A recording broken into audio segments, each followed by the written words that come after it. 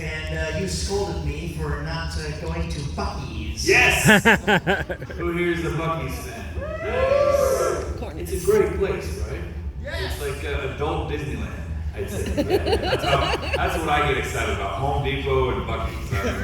An old man now. Yeah. On my way up at 95, I saw the gargantuan sign outside the Ormond Beach area, and I was like, well, I guess fate is calling. So yes, you do. I went into Buc-ee's for the very first time. And this is what I wrote about it online. I said, okay, if anybody familiar with south of the border in South Carolina? Oh, yeah. Right. Is it the south of the border had a drunken tryst with world markets, and they gave birth to this offspring that neither of them wanted anything to do with it, but it was put in foster care with Cracker Barrel, and then it grew up idolizing Kmart. That's fucking stupid. Shots fired. No. This is not criticism. This is just observation. I feel like this comes from a parallel Earth, which is neither better or worse than our own. Just different. Just different. Everybody else is too. It was not a pleasurable experience. I tried the brisket sandwich, and it was way better than I ever would have expected. Very, very tasty. Give credit for that. I was a little put off at the Buc-ee's Cola. Yeah. You know, they had the other name brands, but I tried to do my usual mix. You know, like 20% Dr. Pepper to 8% Cola, and it was quite good too. I was rather aghast at the jerky selection. The jerky I could not believe. It's like I didn't know this was a bunch of jerky in the free world. Which ones did you get? I didn't try any because I know if I did one, I'd go way too. But I did get something for you. Ooh. Oh my. All right, as proof, I present to you. Oh, whoa. This special Easter Buc-ee's. Wow. Nice. Wow. Nice. Everybody. Oh. Wear it. Put it on. Put it on over that one. No, On this side of the table. No requests. There you go. Can we request that he wears the shirt? Yeah, well, I'll put it on. There you go. There you go. I don't know if I can be sponsored by Buc-ee's. I gotta make sure I clear it. Uh-oh. But that's amazing. Free corn nuts for life. And Easter's Nuggets. next Sunday? No, the corn nuts. Wait, no, but they had St. Patty's Day stuff, and the audience said, you should get a St. Patty's Day Buc-ee shirt. I saw that selection, and then I saw that one. I was like, that is so cheerfully goofy. So you should wear that tomorrow. I probably will. You should wear that tomorrow for The Walking Dead now. Nothing says Walking Dead. Follow the bunny. Oh, that's perfect. That's large. Yeah, that's. So you can exchange it for those. No, this is perfect. The Bucky lovers everywhere. Hey, Wear it for the photo ops. okay. If you want to, don't threaten me with a good time. So, how's everyone doing? Awesome. Fantastic. Good. It's good to be back in Jacksonville. This is where my mom's from. So. Nice. Yeah. Hello, come on in. Still here, or she moved away? Moved away. We live in Denver now, but or they yeah, that's where we grew up. But yeah, Amelia Island from Medina, all there. Yeah, so yeah, it's good to be back. So it'd be nice indeed. So when your castmates show up, we'll kind of go on. Yeah, I've already prefaced everybody by saying, especially you're in that unique position of you're going to talk about what you're allowed to talk about. Yes. Which may be somewhat limited, but you're an entertaining fellow. You'll be able to. I will try my best. I think I can finally do the voice, which I'm excited about, because up until 2 weeks ago, I think we weren't allowed to talk about our involvement in this. If you think stuff, they don't. It's not Now really we're talking. finally able to. The premiere. They always do that to you. I mean, Endgame was like a month until you were allowed to say, I'm ready to go. Even after Infinity War came out, I couldn't talk about it until a month after the movie had come out. I was like, anyone who's a Marvel fan has already seen this 15 times. Like, Right. I don't think the cat's out of the bag. Like, you can't talk about it. I'm like, okay, but I mean, people have seen it already. But no, I'm just so thrilled because, as I've said numerous times last week and in the past, the reason why I wanted to become an actor was because of That you got the first. But yeah, that show in You have particular. the last lands? Okay, all right then. Then go ahead and open on up. What? All right, and again, everybody want to get to the questions, That's please. so Just real quick, good. just recap, one question at a time, no requests for character voices and stuff like that. And the questions have to be directed to our entire panel, and I will help you expand it out if you need to, and all that fun stuff. Oh, we can't do the character voices? No. You can do the voice Oh. if you want to. Oh, gotcha. I just don't want them to have to say, can you all sing happy birthday in your character Oh, voice? gotcha. I thought it was like No. you had heard something I had. And I was like, we're not allowed to yet. No. I already said you can sneak it in. And you talk Ross. to all hugs afterwards. You can say it all you want to, but Ross, if I you- give them open license, then it just becomes, say the Gettysburg Address. Say this, say that. Gotcha. Alright, come on in. Alright, our first guest. He is an actor whose credits include Lock and Key, Death Note, and Riverdale. Today joins us as the voice of Mr. Sinister. And did anyone remember the Capcom Marvel video game? He's the voice of Iron Man. Superior tech. And today he joins us as the voice of Mr. Sinister. Please welcome Charles Britton, Chris Britton.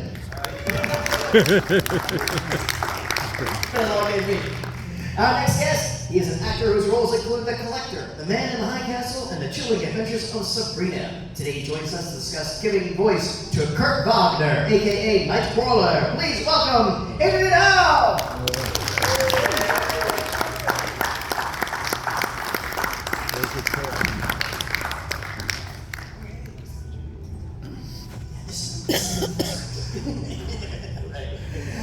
And last and absolutely not least, she's an actress and Canadian politician whose roles include Outlaw Star, Teenage Mutant Ninja Turtles, and the cult classic horror film Visiting Hours. Today, she joins us as the voice of Rogue. Please welcome Lenore Zann!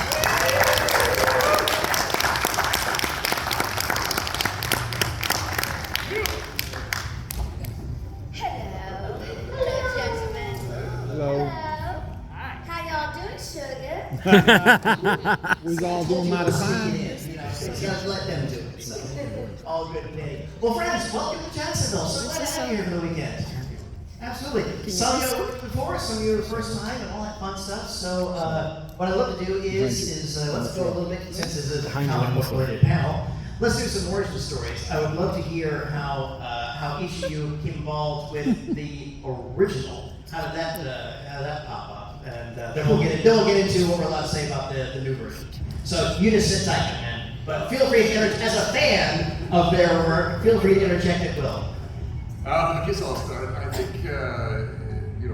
it's quite a while ago since we did the original series, but basically you all auditioned, and I'm sure there was. I remember being told that they wanted more theatrical tone to the performers, and so they auditioned in Toronto, Ontario, especially with actors who had a more theater background. And I'm pretty sure, I don't know if I auditioned once or twice or 3 times. I have no idea, no recall for that. But that's usually the process when you're auditioning. They bring you in, unless the directors or whatever know you. But I think the directors, there was 1 or 2 directors from Toronto, but the producers are from Los Angeles, and that's usually the process. And I can't recall the exact specifics of how I got the part, but I'm assuming that's it. And I'm sure Lenore and Adrian will, have their spin on it. Okay, well, I was an actor in London, England for a while, and I had lots of accents that I'd gathered, and my theatrical and TV and film agent joined forces with a voice agent who said, "Who have you got to do the accents? Because they have this German part that's happening in this cartoon, but they don't want Colonel Klink." So that's somebody who reminded me of that, actually. That's great. And so I went in there, and in my spare time I work on dialects. That's my thing. And so I went into the audition, and there was that whole speech. "Look in your heart, Herr Logan. Can so many people be wrong?" it is only all that stuff. And it was just written in just such a way. Dan Hennessy was the voiceover. Thanks for reminding me. Voiceover director. And I went in there. It's my first animated audition. I don't know what it was. So I just went, I used my training in England, and I just did read it out, finished it. Something happened, and there's this pause, and Dan Hennessy goes, "He's a really passionate guy, isn't he?" Is it really? Yeah.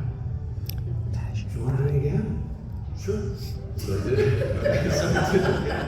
And then the next thing I know, I'm in a studio, and I've got Cal Dodd on my right, and I've got Lenore Zann on my left, and I watched Cal create this character physically in front of the microphone. I went, oh, right, it's not just this, it's actually your whole body and your whole acting self that gets involved. So that's why I got into the X-Men 3 years ago. Now I realize I'm totally stuck with the whole Clink thing. It's just, Wolverine's name is Logan. It's like, Logan! And you didn't have Norm Spence, who was our original Cyclops, there going, are you going to do it like that? Because he used to say things like that all the time. He had a very dry sense of humor, and we're really sad that Norm is no longer with us. But he would always rip the other guys because he wanted to do all the parts. So he'd always say to them, are you going to do it like that? Just to piss them off. So, hi everybody, I'm Lenore. It's great to be here. How many people here are excited about X-Men 97? Yeah? Right on, you don't have much longer to wait now. Right? March 20th. Nice. So, they're going to drop the first 2 episodes on that day.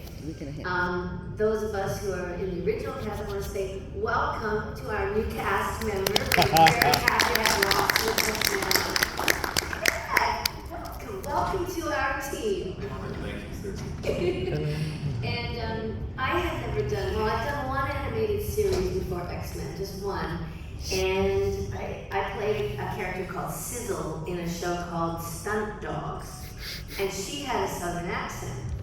And I had done a lot of movies, television, theater, done southern accents in all of those. And my agent, my voice agent in Toronto, called me. I was in New York doing a play that was about to close. And she said, Lenore, there's a new animation series. They're looking for a woman with a sexy, husky voice who could do a southern accent. And, you gotta go up for this. But I didn't, because I wasn't really into cartoons at the time. I was more like, I thought of myself as a serious actress, And I just did movies and television and theater. But about a month or so later, my agent called me again and said, Lenore, they still haven't found the right actress for this part because it's you. So get your ass in here, get down to the studio and audition. And I walked into the booth. I saw a picture of Rogue standing there with her hand on her hip and her red hair flying and the white stripe up the middle. And I'm really Rogue cosplayer, stand up and represent, please.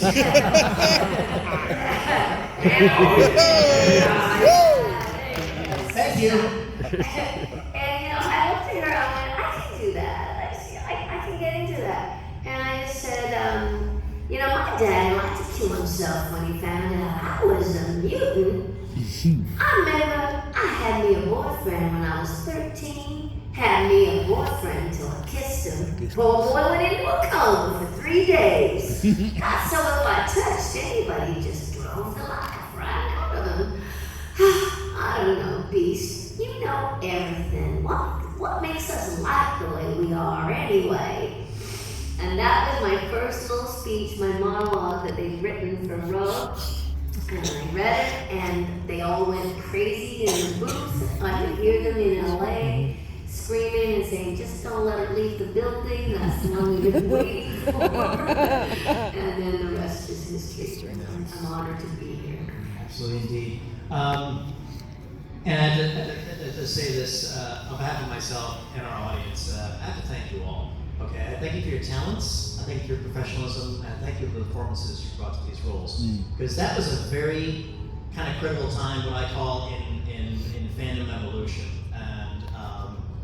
And to say it was a dual course, like over at Warner Brothers was Batman the Animated Series, which had broken away from usual casting conventions, really got in fresh new voices opposed to Saturday morning, not to denigrate those talents at all.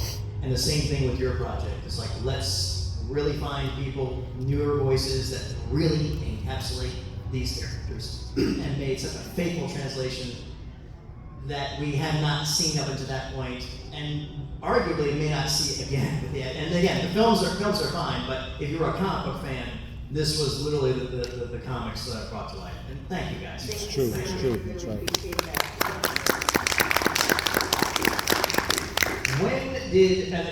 When did you realize that the show was exceeding expectations? Because I know for a lot of talents, they don't want you guys to know this stuff. And Ross, as a fan, what was your reaction when the show dropped? The original? Yeah, well, I was, this came out in 91, was it? Yeah, 92, I think it started. So I had just started watching it. I mean, I watched every Saturday morning cartoon when they came out, and it was by far my favorite cartoon. And it was literally, I told you this earlier, the reason why I became a voice actor was because of that show. Wow. I was so moved by the performances, and it was the first time, because most Saturday morning cartoons are kind of popcorn, bubblegum nonsense. They don't really have much depth to them. But X-Men dealt with real issues and real complex. There was always like a subtlety to the messaging there. I felt like they were talking about something different than what was on the page. It was always very subversive about civil rights or the LGBTQ rights. There was always something woven in there beneath. And I thought, man, this show is pretty revolutionary. And as a kid that didn't fit into a lot of places, I definitely saw myself in a lot of the mutant characters. It's like I can relate to that, So it's a show that really made me want to be not only involved in that world, but also got me into Marvel Comics. And I really think that show is revolutionary, is a big part of the reason why the MCU is what it is today, is largely because of X-Men. I don't think you would have had Iron Man or Captain America or any of those movies without X-Men, the animated series. I really don't. So. Well, it's interesting just to hop on to that thought, because Larry Houston, who was our original director, told us that when he first started shopping around in Hollywood, the idea for the X-Men animated series, he couldn't find a studio who wanted to do it because they said, well, who's going to watch a show about a bunch of superheroes?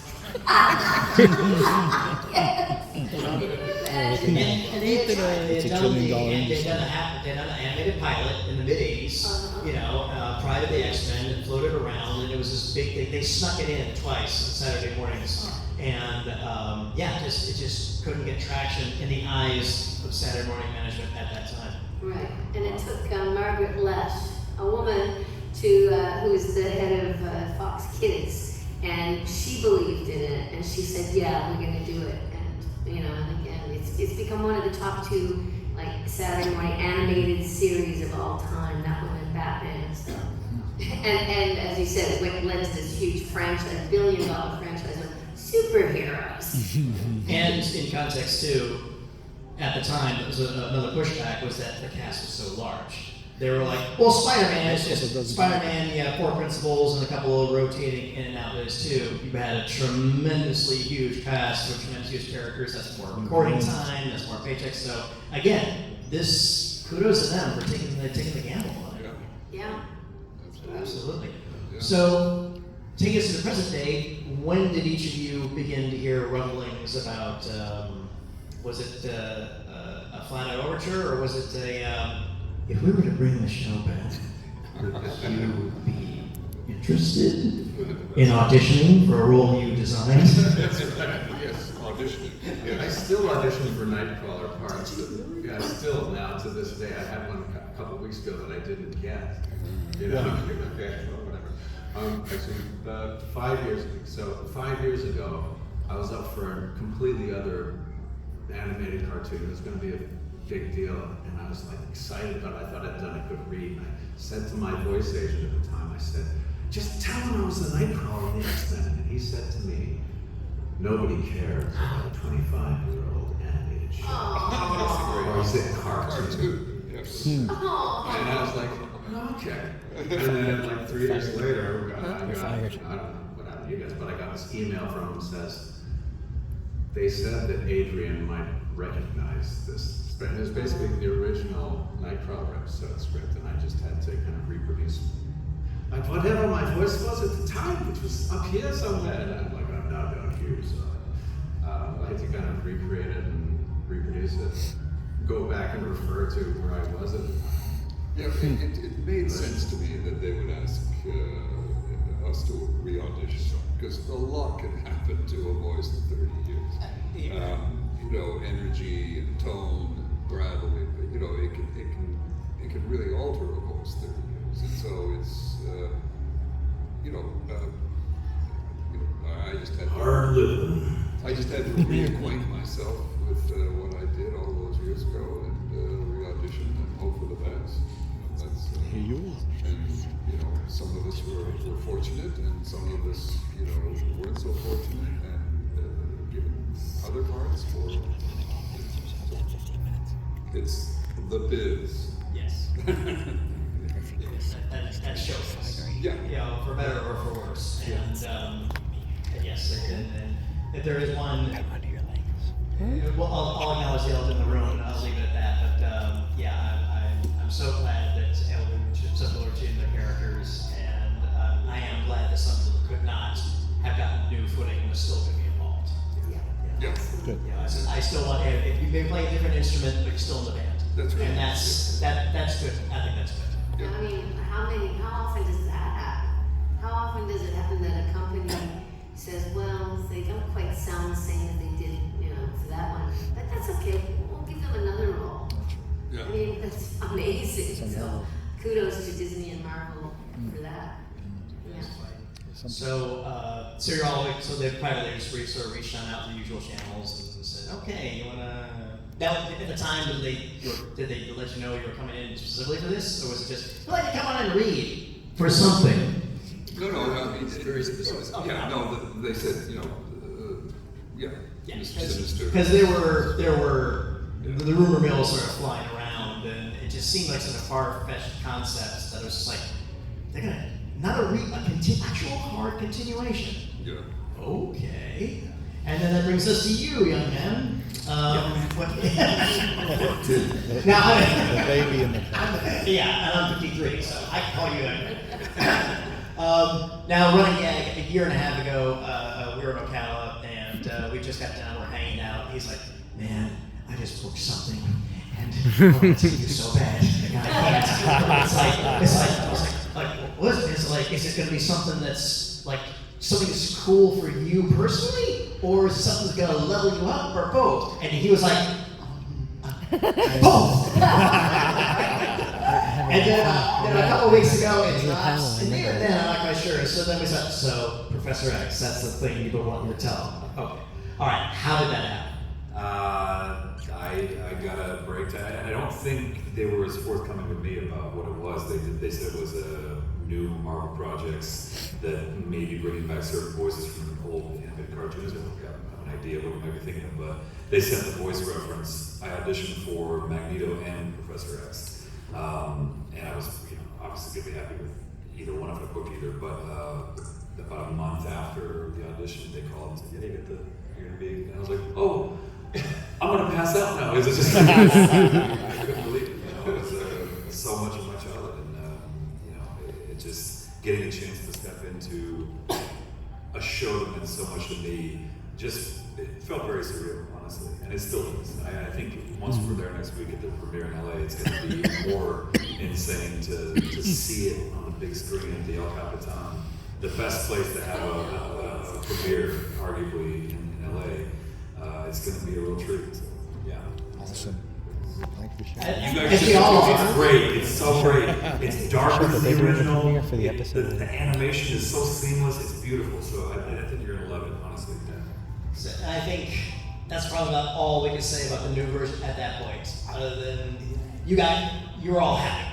Oh yeah. The way I like to put it is that whenever I get a script, I can't stop reading it until it's done.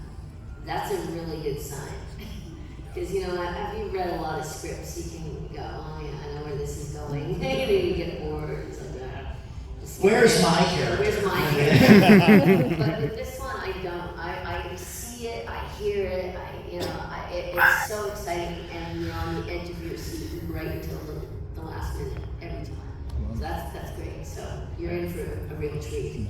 I had to like do some ADR, which is where you replace your own voice, and I said, "Have you seen it?" This was like a few months ago in a session I was in. He said, "No, I haven't seen it. Do you want to see it?" "Yeah, sure." And I swear I started crying because it was just so exciting and beautiful, and it was the part of the Nightcrawler's arc and what happens. And I wish I could tell you more. Yeah. But it's We do too. beautiful. It makes me cry. Passion project. And actually, just to answer your other question that you asked earlier about when did we find out that it was so successful, like we didn't really get it until about 5 years ago. We had no idea. It was like we were working in a vacuum back then. Yeah. There was no internet, there was no Wikipedia, there was no social media. So we were in Toronto recording. We go in, we do the job, we go out, we drink and have a good time with each other.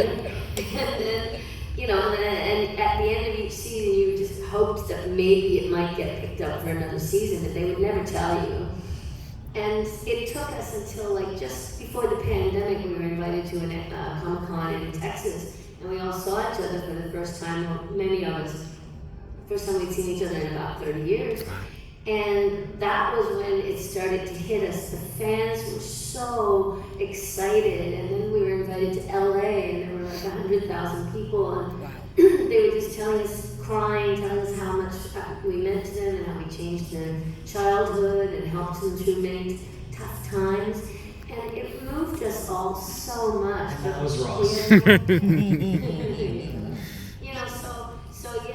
So we're really pleased and to know that our work was appreciated, and we're looking forward to doing more. In those days, we didn't have internet. In fact, we recorded it to tin cans with string. It was like a little pterodactyl stone. And the character. Do another take. Take two.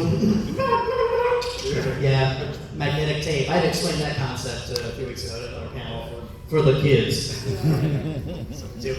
What, before I jump out in the audience, for each of you, what's the best memory you've taken from being a part of this?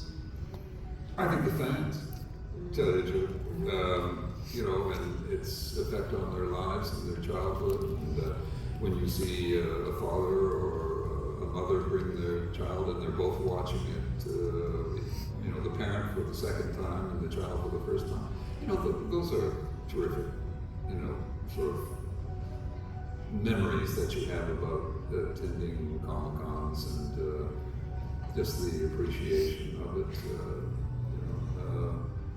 It's in each series, whether it's My Little Pony or Death Note, each series has its own effect on people, and it's interesting to hear what that is with fans, and I think that's the most appreciative aspect of it for me.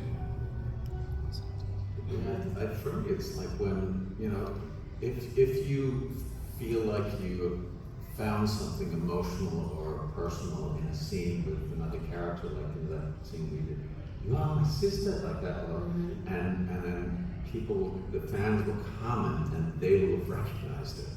And you go, oh yes, that's why we do this, because we want to touch people. We want, and when people are touched, it's like super rewarding. I had like this little, she's maybe 11 years old, came with her parents to the last convention I did, and she was so shy, and the parents were explaining that it's their favorite character, and it was just delightful to have that effect on people, or to be part of something that has that effect on people.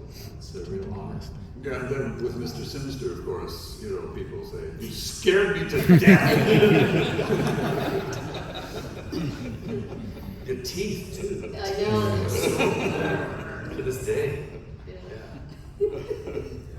And we're glad to be in people's nightmares. So I know it's early for you, but this is without details, of course. What was it like for you that first recording? Oh, I mean, I could barely. A little tongue-tied. Oh yeah, I mean, I was stammering. I was just like, I'm trying to find the voice too, because I did. You know, you do it alone a million times. It's very different than being in front of all the Marvel execs and the Disney execs, Yes. all on Zoom, and they're not showing their faces, but you know they're there because you can see at the bottom of the Zoom like 15 people. Like, oh my god! So there's a lot riding on it, and I remember the first few takes, I was just stammering like crazy, and I couldn't. And then Meredith. X-Men, Danger Room. Yeah, exactly. And Meredith, the director, was just like, and she cheated us a little bit. She just said, "Why don't you just take a glass of water, just take a little break, and we'll come back." I was like, "Okay, great." And then it finally just clicked. I just took a breath, and it went from there. But I was nervous as hell, you know. And still to this day, I'm constantly like, "Are they replacing me?" Just like, you know, because you know, you just. And a reminder, this is a man that worked with zombies. It's true. It's true. Yeah, but I mean, it just you just never know if it's right until you actually get, like to your point, you get to see the ADR and you get to see the animation put on top of everything. You're like, oh god, it's great. The animation is so seamless. The story's working. The writing is working. Everything is there, and I think I'm just so excited for you all to see it because I think it's going to go down as one of the best animated shows of the next few years easily. It's great. It's great. Awesome. So March 20th. We will count down the days. So, panelists, thank you for indulging my capricious curiosity. Job and eyes. And, start with taking some hands and we'll figure it from there. And remember, whoever asked the first question actually gets 2 pieces of candies. Yeah. All right. Can I bribe some? Who wants to start us off? Oh, this is You have any questions? So, Hold on, let me get my phone. Okay, first of all, what's your name? My name is Vic. Hi Vic, what do you want to know? Well, as a 90s kid, I just want to say that I grew up with this show. I was born the same year it came out, and I grew up with it, huge fan. But as a disabled adult, Professor X really resonates with me in a lot of ways. And so I do want to ask, are we going to have an accessible mansion this season? No rants, he's a millionaire. So I do have to answer that question, Ross. I don't know if I know the answer to that question.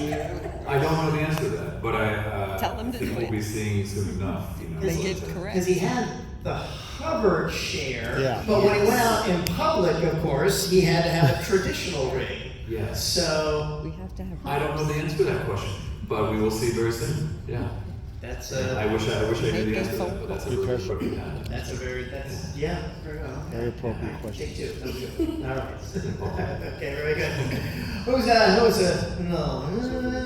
Over there. But they should. Yeah, that's absolutely. Hi, what's your name? Okay, so first of all, I have an X-Men tattoo and everything, so it's like kind of biased, and I go to these Comic-Cons a lot. This is like the first panel I'm actually going to. So, my favorite character is actually Gambit. So, my first question is like, do you swoon as many times as I do? When he like talks in his line, when y'all like rehearse the recorder or anything? Are you talking to me? Yeah. So you're also bringing them along. Well, first of all, for the most part, we've been recording on our own. Yeah, like because we've all been in different places. So, for instance, Chris and Adrian live in Vancouver. I've been in Nova Scotia on the east coast of Canada, and then AJ is in LA. So we were doing our stuff separately. However, I'm in LA now. I came back to LA about a week or so ago, and I'll be there for the next few months. And so we got to work together for the first time in the studio, and he was a huge fan of the show as well. And he was really nervous. He was like, I can't believe I'm in here talking. Every time you open your mouth, I'm a 12-year-old kidding. And, you know, just don't worry, I'm not judging you or anything. And, but let's put it this way, we had a really amazing scene, a long scene, and it was so good to work with him and to be able to play off each other. And he really has a lovely, beautiful, deep quality that is swoon-worthy. You'll be very happy. And of course, panelists, does anyone else swoon when Gambit puts the cage on? Mr. Sinister, what would you say to that? Well, I have to decline. But Chris Potter, Yeah. Gambit, he swooned when he discovered that I was married to Gwyneth Walsh, who he had worked with on the TV show. There you go. That's fair, that's fair. All right, any more takers? Oh. Hey, what's your name? Justin. Thank you for this panel, it's awesome. So, besides the obvious answer, all the episodes from the original series were some essential episodes to watch. So for this one, especially for new viewers who haven't seen it. Well, I'll go first. The Cure is one of my favorite ones. You know, there ain't no cure for Luke Buck. Rogue's Tale for my backstory. And I love the one with Nightcrawler and We need that more than ever, Wolverine. acceptance and understanding. It's called Nightcrawler. Okay, that one, that's fabulous. Yeah, so those are my 3 favorite ones. I'm shy, so. Make it over. Should watch tonight. I want to have a soul because he's in it. Yeah, with me it's season 5, is it? Descent. The whole how Mr. Sinister became Mr. Sinister, and he was a scientist, a geneticist, was trying to find a cure for his wife and child. You know, Charles Darwin's in that episode, and that whole storyline I thought was, I mean, you know, and it came so late in the series, and I thought that was really clever and interesting. And but the earlier one, Death Till We Part, is that it? Part 2. Those are the 2 that come to mind. Is it the Scott and Jean marriage or ish or? Yeah, he was obsessed with Jean. Yeah. Right? Yeah. Where you're trying to extract their essence of the DNA. Yes. Yes. Yeah. Yes. What would you say were the ones that you would? Yeah, let's say. Is it Night of the Sentinels? Mm-hmm. That was terrifying as a kid. You know, just this idea that giant robots could break through your home and steal you. You know, anything with a savage land. I just was fascinated by just this idea that, and also that Professor X was, it was just a fascinating, series, that whole run. And there was one word, well, of course, Morph. That touched me so much when Morph dies. Yeah. And you're like, what? You know, because as a kid, you just don't see stakes like that. Right. Even the Batman animated series, Batman never killed anybody. He couldn't kill. It was Bob Kane was very adamant. He didn't want anyone. He didn't want Batman killing anyone. And just to have such an important character die as a kid, just like, you can't believe it. It was mind-blowing. And it just that's the emotionality that just wasn't offered up in any other kids cartoons of that era. And it's interesting too, Ron Rubin played Morph in that original show, and he said there was nothing worse as an actor than reading the script and seeing your character die. It was like two episodes in or something. But they did some testing with audiences, the producers, after that at the end of that first season, and people liked the Morph character so much that they had to bring him back. I'll throw my 2 cents in. Do not start or go to, until you've done the whole Gambit series, don't go to the iconic ones like Days of Future Past, that actually. Because you need to nestle in the lore, and the same thing, the stuff that happens with Jean Grey. You have to fall in love with Jean Grey as Marvel Girl and everything else to make the whole Phoenix thing actually work. Wait, so you've not seen the original? Oh, you have? Yeah, Okay. don't. Oh, gotcha. Let her send the baseline of everything before this one too. Also, the Galactic Wars with Lilandra, and those were great. Those, what was those episodes called? Do you remember? Those were some of my I favorites. just remember when Gladiator showed up and knocked Juggernaut off, and everybody was like, no one's supposed to be able to do that to Juggy. That doesn't happen. Gladiator was great. So that's it. My other weird little Easter egg was Days of Path, just a minor thing. The humans have sent superpowered humans to stop us, and it was obvious that it was the Avengers, but different character models, which led me to believe that there was the other series going on, so you didn't have the rights to it. So there are these stand-ins that have the same power sets as the classic Avengers. So there was a giant man, Ekpexi, and a Wazakpexi, and they're just in it, and they get their butts kicked very quickly. But I was like, there's a guy with a shield. So that's a fun, those little fun little Easter eggs. Like, hey, so, who's got another one? Oh,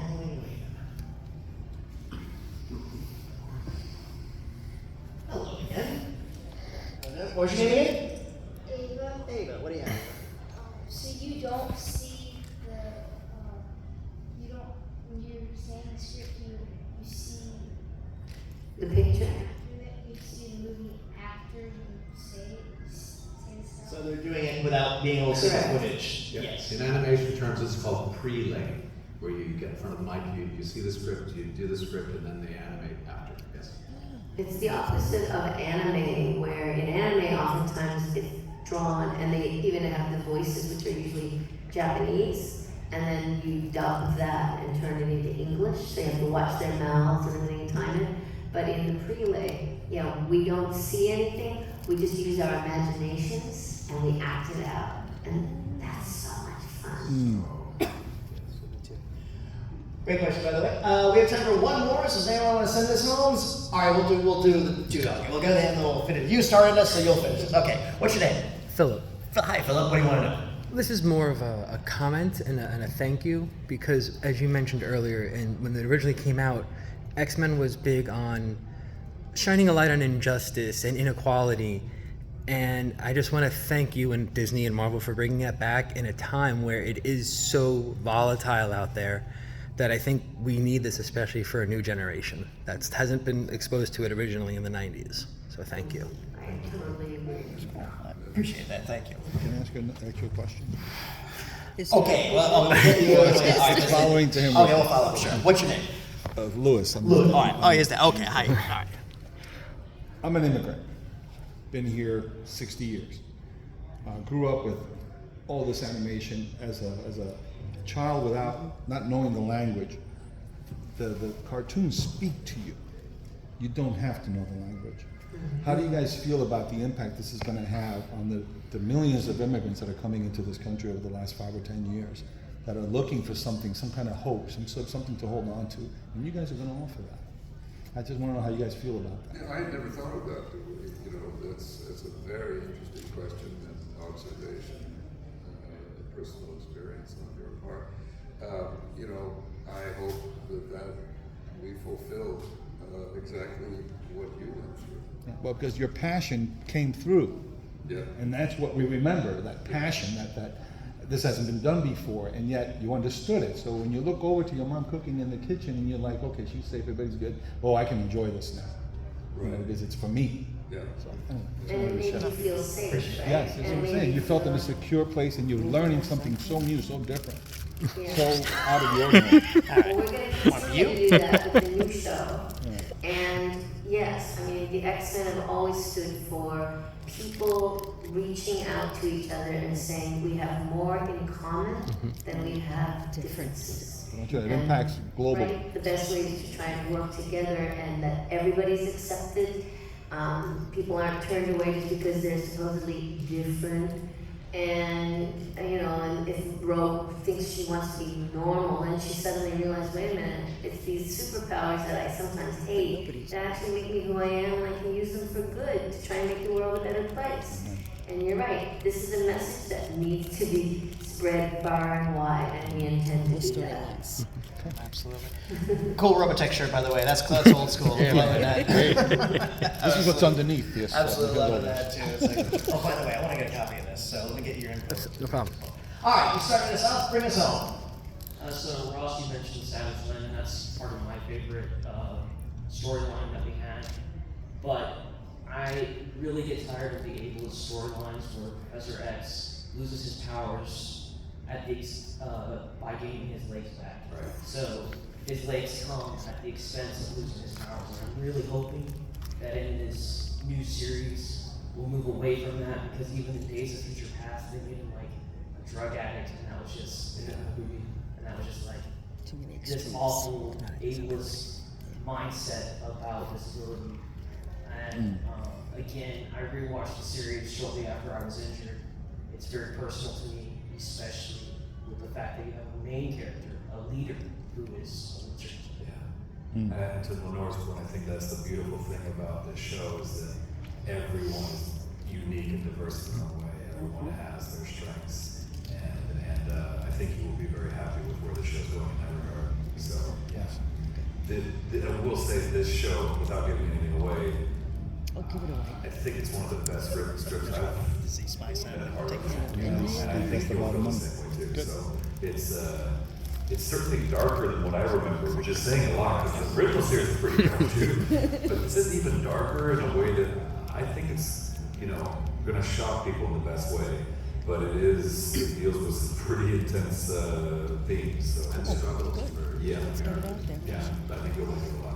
Yeah, give it too much. Thank you for that question. Thank you so Thank you. much, everybody. Thank you. Thank you, yes. Panelists, any final words before we sign off?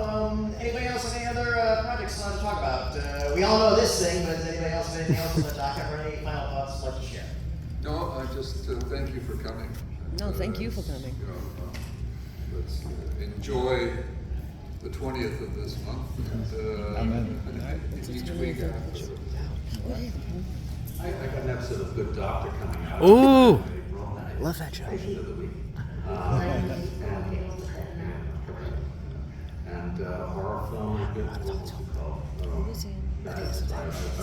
When I work a lot, I forget what I've just done. We can talk to you about the show. Yeah, a horror film I did. Coming out this year too. You've done some pretty cool horror projects in your time, fantastical stuff. Hopefully sometime we can talk about that. I'm a big Lock and Key fan. So. Oh, okay. Oh, another subject is there. Yes. Thanks. What about Ross? You have some stuff coming up? He's always got stuff. Invincible This is the cartoon. thing I'm most excited about. We're gonna all be at the premiere next week in LA Wednesday. So. Take us with you, please. Road trip. It's gonna be awesome. The El Capitan is arguably the best theater. Is it literally next weekend? It's Next Wednesday. Oh, it's Wednesday. We'll bring the buggies. No, we're not California's earlier. Yeah, and actually, yesterday I had all these flights that got bumped, and I was flying all day long. And so I'm writing a memoir about my life as an actor, as an X-Men, as a politician, because I did take my passion for trying to make the world a better place into politics. I got elected 4 times consecutively for 12 years in Canada. Became 2 different parties. For 2 different parties and 2 different levels of government. So I was a member of parliament. So I'm writing a book called A Rogue's Tale. And in it I was reflecting how interesting it is that here I am going back to LA 30 years later with a series that we did then that changed people's thinking. And here we are doing it again now. So it's keep an eye out for the book. It'll be coming out next fall, A Rogue's Tale. CollectiveCon 2024, this was the cast of X-Men, the Animated Series, and X-Men 97, and that was our time. But before we go, we would like to invite everybody to come towards the stage, not on the stage, towards the stage. If you want to take a picture of our amazing guests and all of you